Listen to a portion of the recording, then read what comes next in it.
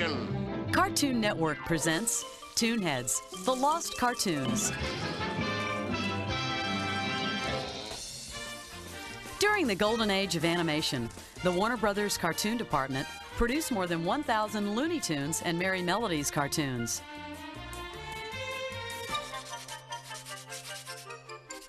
The zany personalities of the talented men and women behind the scenes created characters that have since become beloved stars in some of the funniest cartoons ever made. Many of these cartoons are known the world over. But that's not all, folks.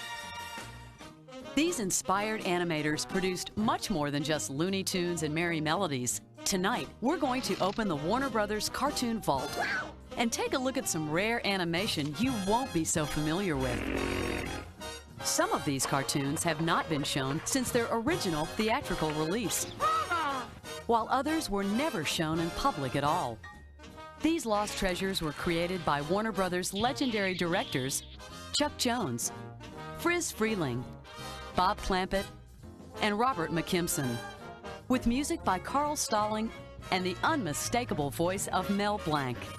Through extensive research, we have discovered rare early cartoon shorts, long-lost cartoon series made specifically for the U.S. Armed Forces, feature film animation sequences, classic commercials, abandoned TV pilots, and even a live-action short.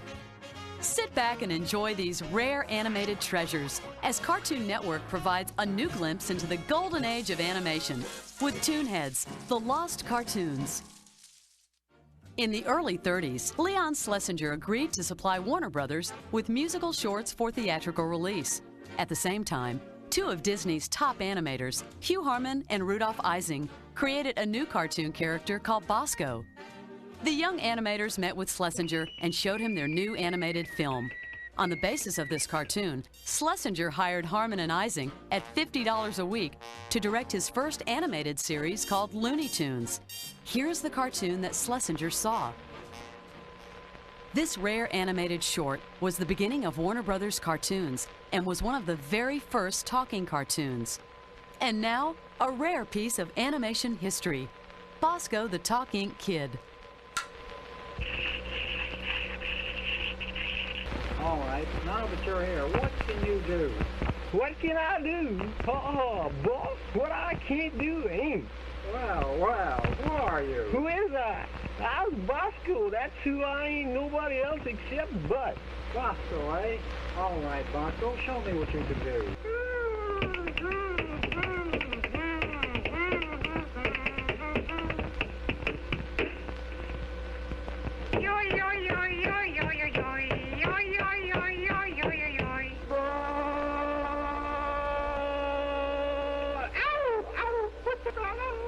You'll go back to the pen for you.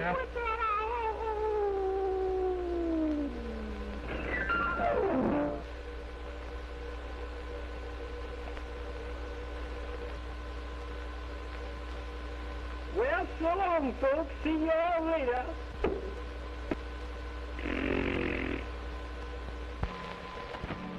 Another of Schlesinger's efforts for Warner Brothers was a series of musical shorts entitled Spoony Melodies. They were designed to replace the live theater organist with a filmed version.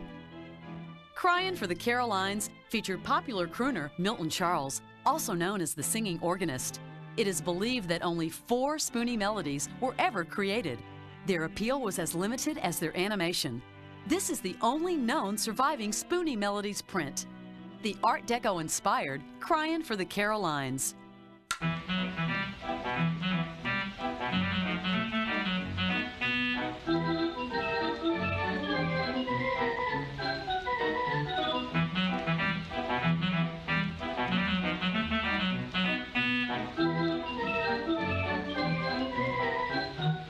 Where is the girl that I used to meet down where the pale moon shines? Anyone can see what's troubling me. I'm crying for the Caroline.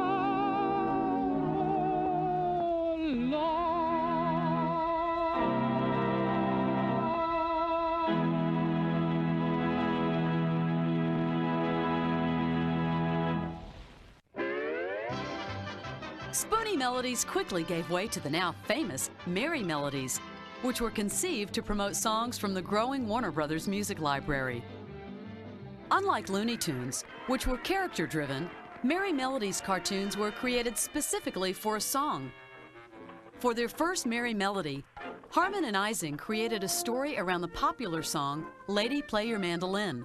Although this cartoon is much more raucous than a Disney cartoon, the influence of their former employer is clearly evident on the young animators. Like Disney, Harmon and Ising brought inanimate objects to life. Lady Play Your Mandolin was not only the very first Merry Melody, but it also marked the debut of Warner Brothers' newest character, Foxy. What makes this cartoon all the more surprising is the fact that it was released 2 years before the repeal of Prohibition, and yet the entire cartoon revolves around drinking. It is believed that Lady Play Your Mandolin has not been seen since its original theatrical release almost 70 years ago.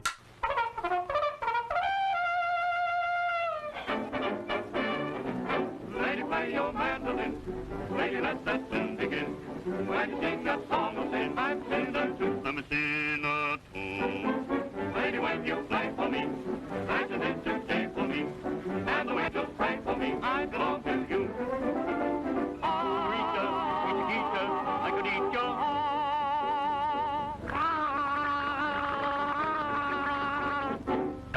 Lady, play your mandolin. Lady, sing your song of sin. So I hear you, let me hear you play.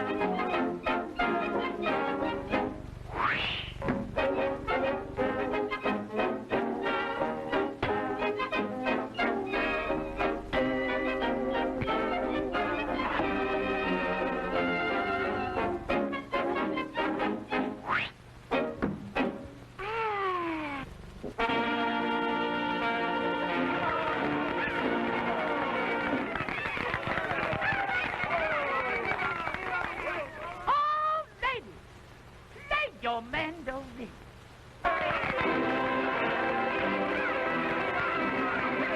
Oh, baby, hear my song sing. Lady, play your mandolin. Lady, let that tune begin. When I sing your song of sin, I'm a sinner too. I'm a sinner too. I'm a sinner too. I'm a sinner too. Lady, when you play for me, night turns into day for me. And the angels pray for me. I belong to you. Poop-a-doo, poop-poop. Senorita, sweet Chiquita, I could eat your heart.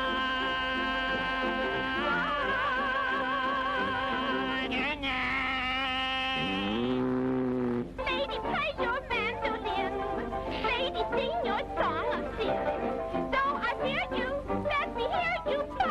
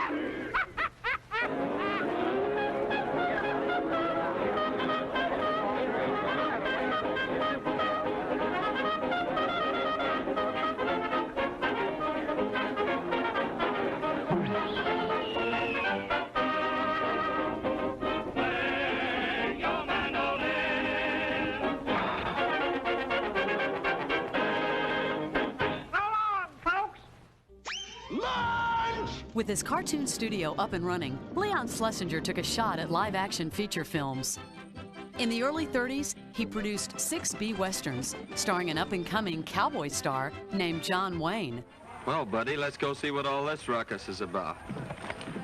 For his final western, Haunted Gold, Schlesinger enlisted the help of his own animators to create this eerie main title sequence.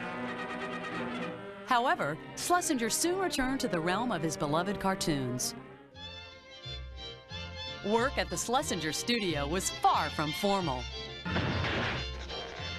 as evidenced by these Christmas party gag reels from the late 30s. Great stuff, great stuff. The gag reels were only shown once, at each year's office Christmas party. Little wonder that these are the men and women who brought the wacky antics of Looney Tunes and merry melodies to the screen. Here, the animators spoofed the studio's working conditions. Doggone old joint man. Who wants money in this job? Me too.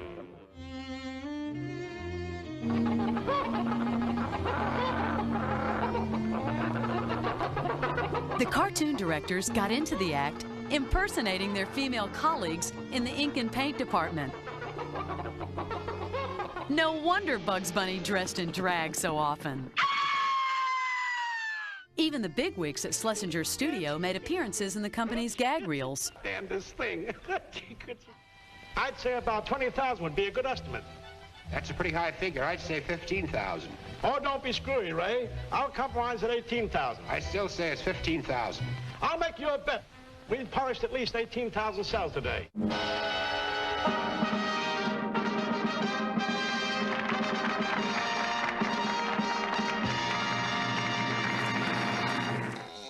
We'll be right back with more rare lost cartoons. But first, can you name the only cartoon character ever to be drafted into the United States Marine Corps? We'll have the answer when ToonHeads, The Lost Cartoons, returns in just a moment. Hey, noise! Welcome back to this special edition of ToonHeads, The Lost Cartoons. Bugs Bunny's popularity during the Second World War was so great Thumbs up, Doc. Thumbs up. that the United States Marine Corps officially drafted the Wascally Wabbit Private First Class. Now back to ToonHeads, The Lost Cartoons. During World War II, the mood at Leon Schlesinger's studio got a bit more serious. The studio did their part for the war effort, creating this 1942 short subject featuring Bugs Bunny selling war bonds to the music of Irving Berlin, and under the direction of Bob Clampett.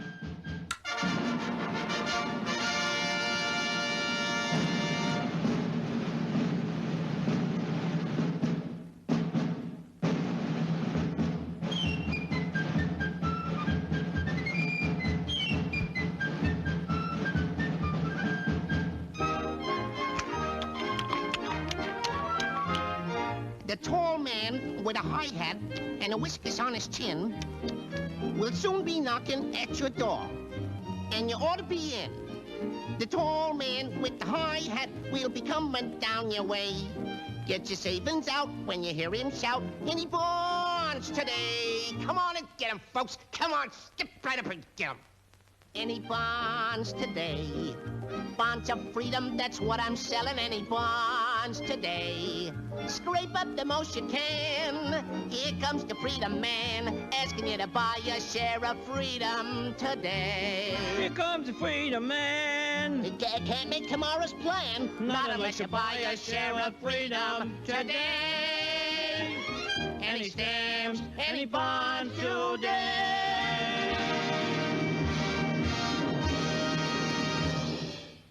Warner Brothers Cartoons also created a series for the U.S. Army called Private Snafu. These animated shorts were never shown to civilians. Only U.S. soldiers were allowed to see them. Snafu stands for Situation normal. All fouled up. Private Snafu was the worst soldier in the Army. But hopefully through the eras of his ways, America's fighting men would avoid the same mistakes. Each cartoon humorously addressed a different topic. And although they sometimes depicted controversial subject matter and ethnic stereotypes, it is important to recognize they were created at a time of war and were meant to rally American troops against our aggressors. Between 1943 and 1945, 26 snafu shorts were produced. Several of the early snafu cartoons were written by Theodore Geisel, also known as Dr. Seuss. Listen closely to Spies, and you'll hear the trademark lyrics and rhyming of a young Dr. Seuss. I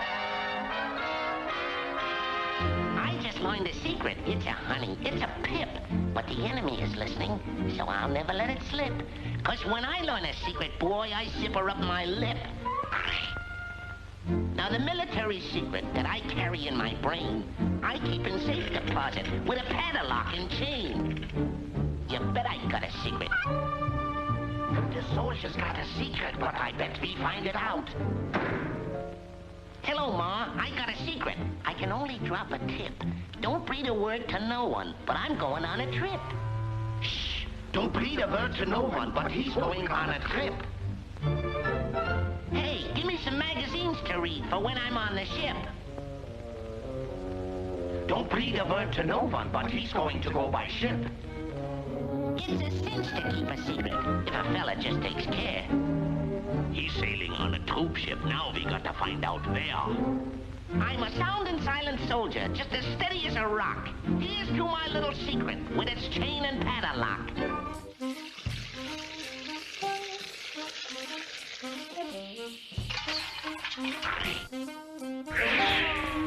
Hello, baby. Hiya, Tussy. Say you're a nifty trick. I hope I'll meet some babes in Africa as cute as you are.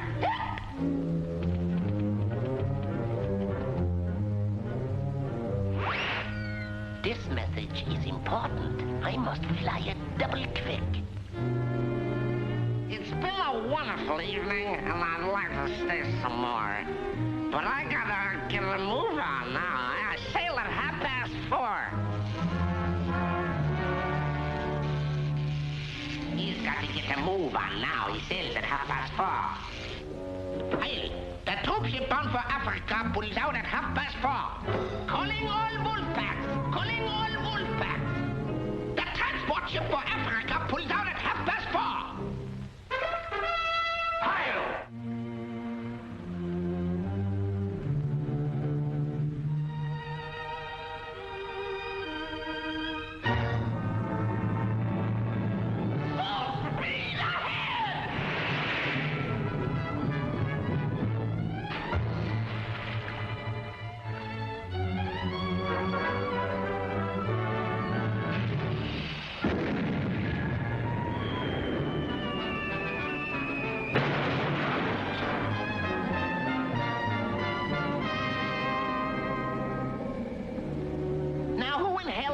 It was that let my secret out.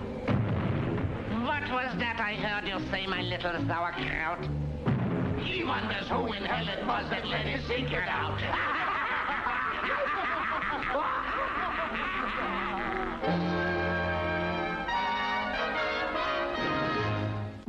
The Warner Brothers cartoon crew also helped the U.S. Navy with the Seaman Hook series. The lead character, Hook, was conceived by Hank Ketchum, who later created Dennis the Menace. Warner Brothers only produced 3 Seaman Hooks. This lost cartoon was made to prepare America's fighting sailors for life after the war. The return of Mr. Hook marked the directorial debut of Robert McKimson. Okay, you can laugh, fellas, but I got post-war plans. When those whistles start blowing,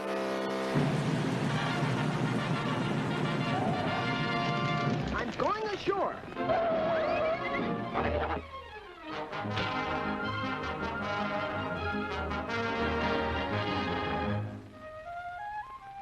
Now I'll show you the back. Next comes the girlfriend. Hello, honey. Darling, when can I see you? Well, don't just stand there, honey. Hang up the phone. Choo-choo, will you marry me?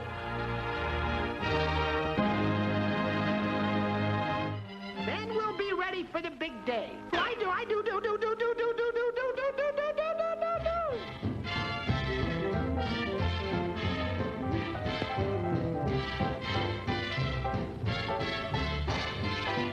Boy, oh boy, but this takes dough.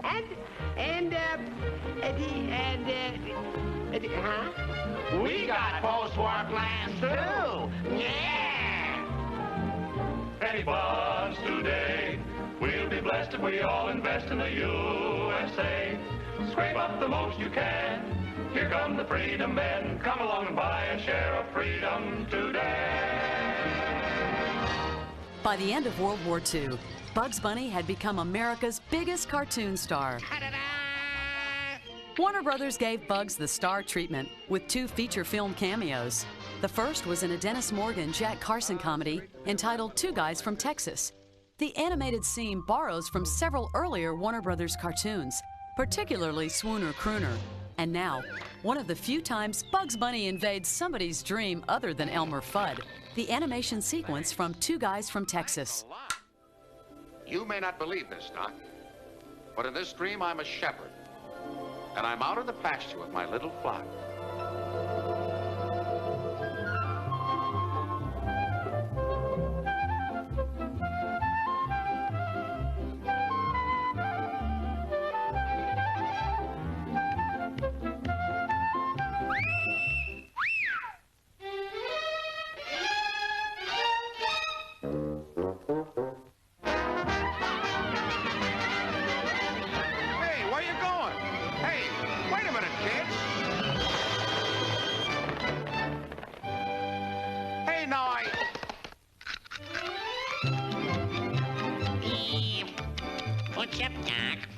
It's that wolf.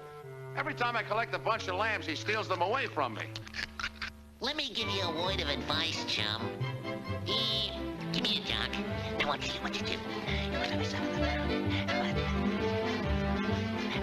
Thanks. Thanks a lot. Forget it. Always glad to help out a chum. Chump, that is.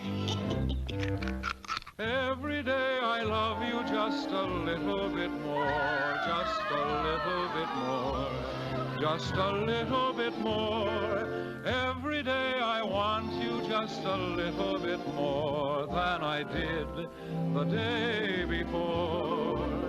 You'll never guess how deep my love is, not even in your wildest dream. But just so you'll get it clear, compared to my love, my dear, the Mississippi River's just a stream. Every day I want you just a little bit more than I did the day before. Every day I love you just a little bit more, just a little bit more, just a little.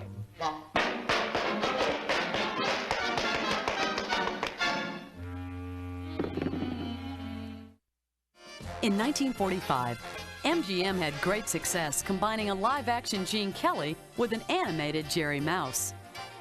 4 years later, Warner Brothers employed a similar technique in My Dream Is Yours, starring Doris Day, Jack Carson, and Bugs Bunny. This live-action and animated sequence was created by directors Michael Cortez and Friz Freleng. Both the MGM and Warner Brothers dance scenes were decades ahead of Who Framed Roger Rabbit. Is there no way of getting that kid out of bed?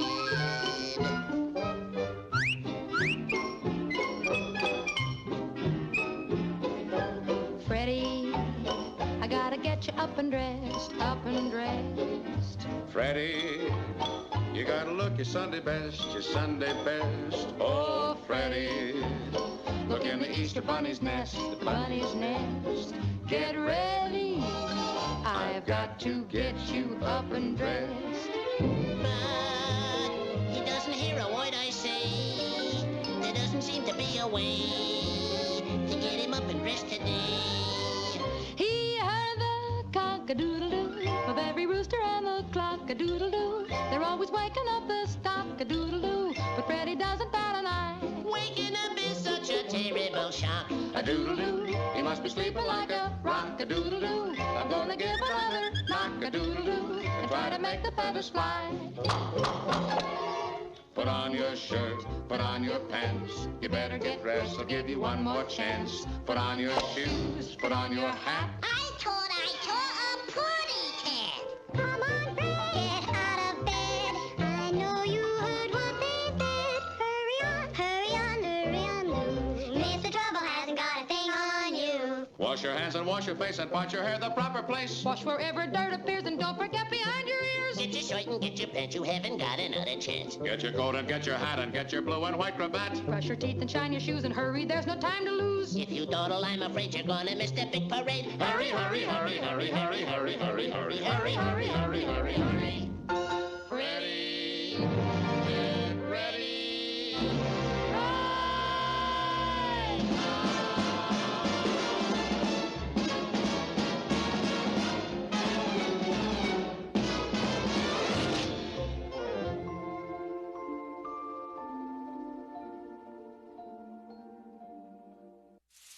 We'll be back in just a moment with more rare cartoons. But first, what happened during World War II that changed Looney Tunes and Merry Melodies forever? We'll have the answer when ToonHeads, The Lost Cartoons returns in just a moment.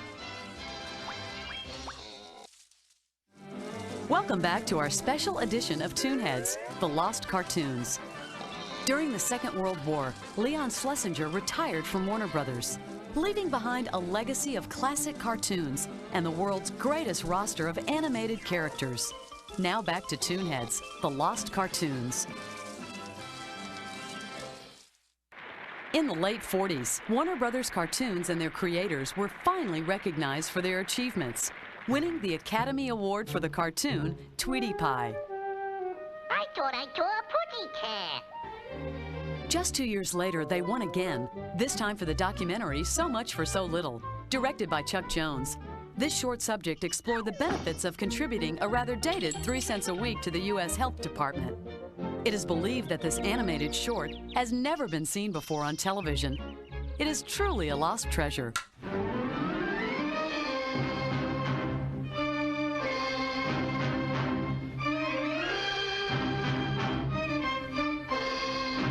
$2,621,392. A nice even figure. That's the number of babies who will be born next year in the United States. Of these babies, 118,481 will die before reaching their first birthday. Oh, well, what's a few babies, more or less? We've got lots of babies. It really doesn't matter if one baby lives or dies, or does it? Well, good morning, John. This is John Emerson Jones, Jr. Fine, healthy-looking boy, isn't he? This is where I come into the picture. Your local health officer and my staff. Part of our job is to eliminate open sewage, do away with fly-breeding places, and give your Johnny a new shot at the presidency. Maybe you'll get to be a year old yet, but you've still got some very tough customers to meet on the path of your life, like whooping cough and diphtheria, rheumatic fever, and smallpox. But don't worry, John. That's where your local health officer, that's me, comes back into the picture. Another part of my job is to keep track of you and to see that you're properly immunized, or protected in other ways so that you have the weapons to fight back when these enemies attack you.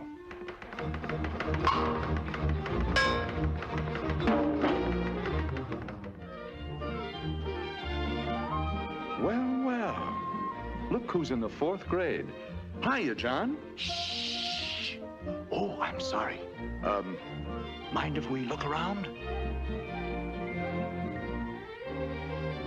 Looks like you're being well taken care of, Johnny. Shh. Oh, pardon me. Grown up now, John? Mr. Jones? Hey, wake up. You know her. That's Mary. Mary Lawrence. Changed since high school, hasn't she? For the better. Congratulations. You ought to make a very happy couple. You're fine, healthy-looking specimens. Nothing wrong with you, huh? Are you sure? Let's be really sure. Step in for just a couple of minutes. Now, don't worry, John. It's a very simple process for you. And I know Mary won't mind it either.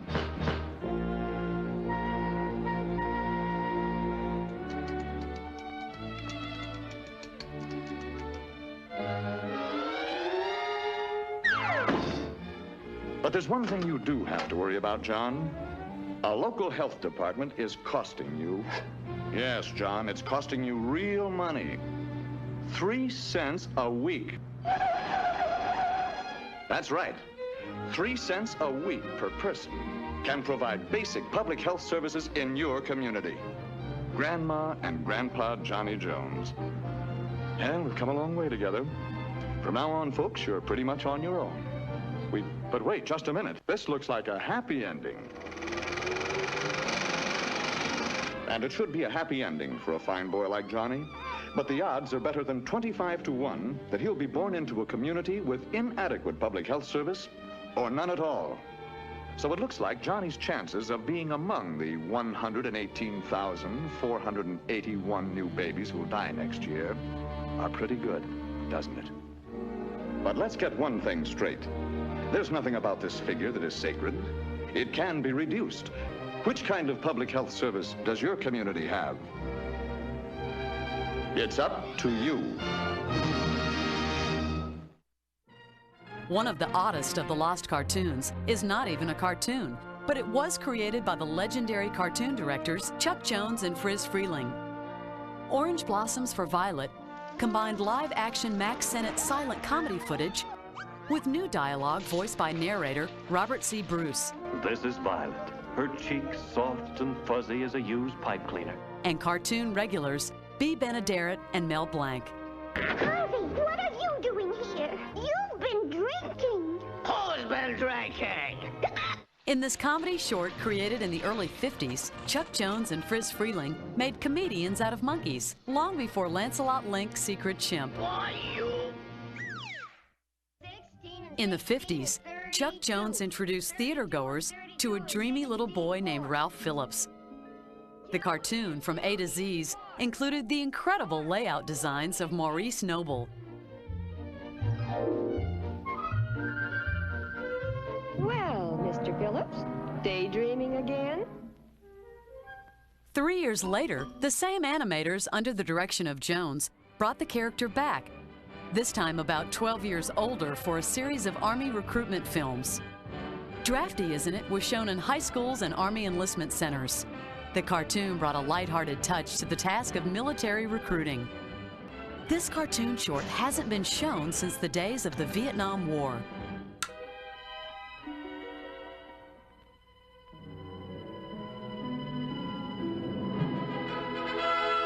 Illudium Fosdex, check. Anti-proton ballast, check. Prepare afterburners for blast off.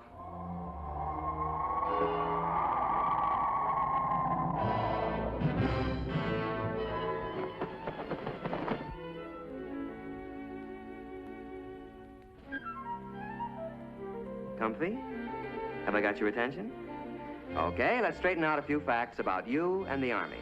You know, Ralphie, it's a funny thing, but every high school senior I've ever known thinks that when he gets into the service, all his buddies will look like a bunch of lower Slobodians. Actually, they're going to be pretty much like the guys you're graduating with.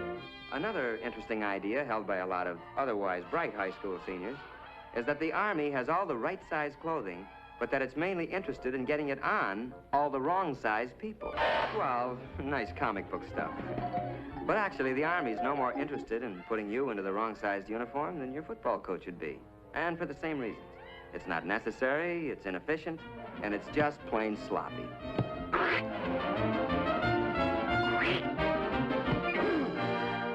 The way they tell it, basic training's supposed to be nothing but being chewed out by a bunch of sadistic sergeants.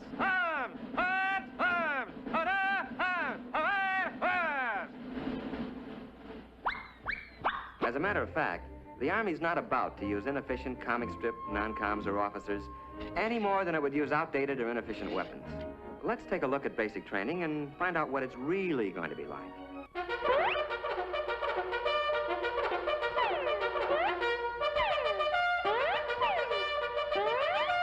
Well, you're going to learn a few things at basic. You're also going to develop muscles that'll be useful later. Some you didn't even know you had. You're going to learn to snap a salute to all officers. Now, where'd that custom come from? Well, the way I heard it, the only way one knight could recognize another knight under those cast-iron tuxedos was to lift his visor. It's a sort of hello among military men. Then one day, you're going to suddenly realize that you're beginning to look like and act like a soldier or a man. And you'll be surprised to find that you're very proud to be serving your country in the United States Army. Now what? Actually, the Army wants to send you where you'll be most useful and where you can serve the best. How about that dream of working with rockets or atomic power? How about guided missiles? You choose it, the Army's got it. And the only ticket you need to this program is one high school diploma. Sound good? Well, I can make it sound better. This is Paris, and it's no dream. It's solid, and it's yours. Ralph Phillips, USA. Sound pretty choice? So why not call on the Army before the Army calls on you? What's the matter with you? You gone nuts or something?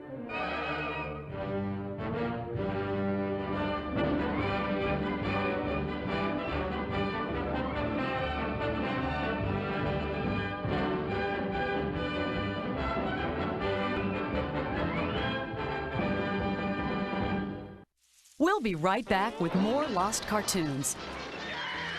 But first, do you know who was the inspiration for the voice of Daffy Duck? We'll have the answer when ToonHeads, The Lost Cartoons, returns in just a moment.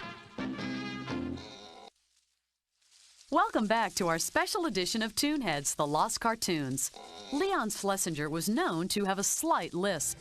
I know you come back. About that contract, I didn't tear it up. Now get back to the studio and go to work. Legend has it that without Leon's knowledge or approval, the cartoon directors at Warner Brothers were parroting Leon's voice when they created the voice for Daffy Duck. What do you say? What do you say? What do you say? Now, back to Cartoon Network's special edition of ToonHeads, The Lost Cartoons. Just think, I used to be a 9-pound weakling. By the early 60s, the Warner Brothers Cartoon Studio had begun to focus on commercial production, in addition to its theatrical and television projects.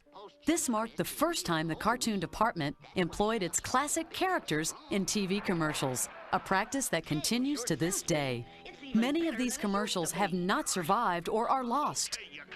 Here are a few early examples of Bugs Bunny and Friends as advertising pitchmen. So, start your day a little bit better with a sugar and honey and whole wheat treat, fresh from post.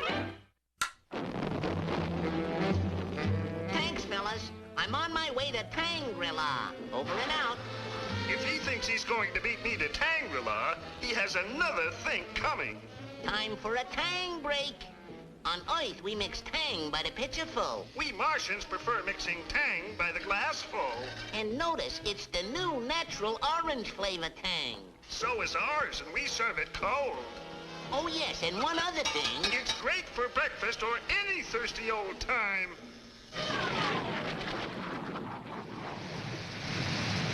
Tangrilla. Gee, Doc, I thought you'd never get here. This planet is not big enough for both of us. You're right, Mac.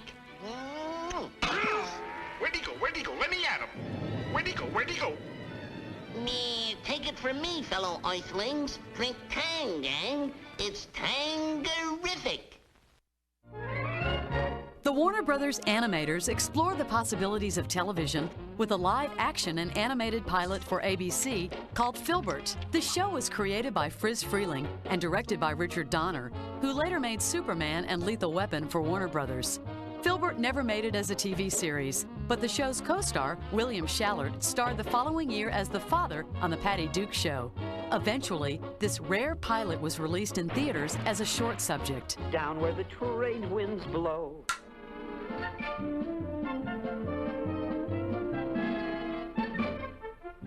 Don't tell me, I know. You're stuck for a gag again. Filbert, a cartoonist is always stuck for a gag. I got it. Look, I'm standing there leaning on the building like this. Get it? Along comes a cop and says, "Oh, now look, Mac, what are you leaning on the building for? It won't fall down. Come on, no, beat it. Beat it." I walk away, and guess what happens? The building falls down. Yeah, no good, huh? Let me be the cartoonist, Filbert. I'll finish this later. Angela's coming over to cook dinner tonight. Angela? Dames are poison to you. Now, look, Filbert, Angela and I are good friends. I mean, she's warm, she's soft, she's beautiful. She's a witch. Now, cut that out. In the early 60s, Chuck Jones created an animated pilot for the ABC network called The Roadrunner Show. The pilot never aired on TV, but was released the following year as a theatrical short called The Adventures of the Roadrunner. At 26 minutes, it was Warner Brothers' longest theatrical animation to date. The film was later cut into 2 cartoon shorts for TV. Here are the never-before-seen opening credits and the original song, which was later used for the cartoon Roadrunner A Go-Go.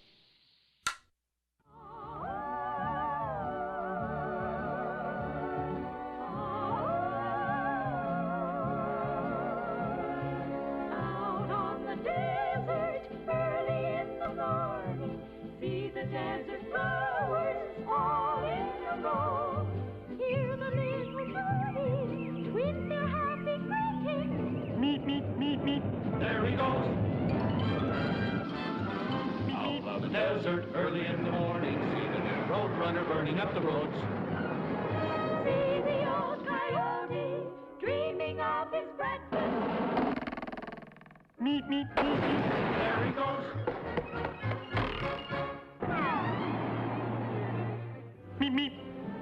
This scene is also used in the cartoon Roadrunner A Go-Go, but the following scene was never used in any cartoon short, and it is believed that this clip has never been seen before on television. Let us now turn our attention to the screen and ask ourselves what possible reason could there be for that last mishap.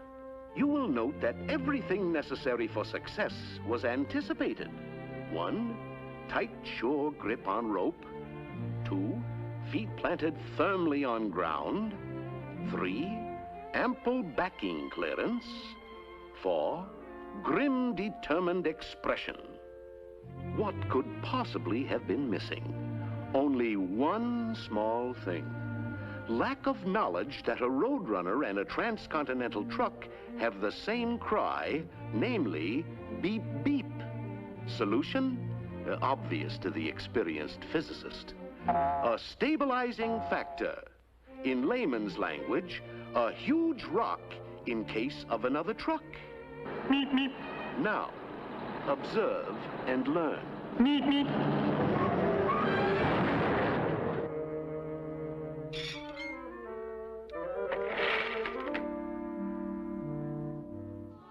Here is the closing scene of The Adventures of the Roadrunner.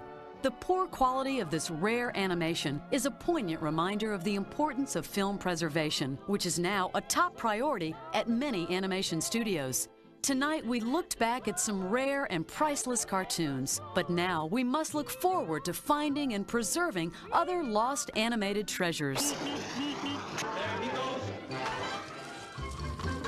Thanks for watching Cartoon Network's special edition of ToonHeads, The Lost Cartoons.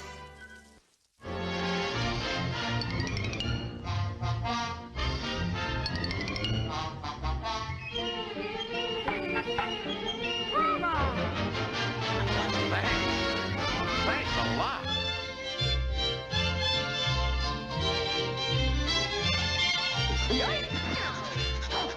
Drink Tang, gang. It's Tang-erific.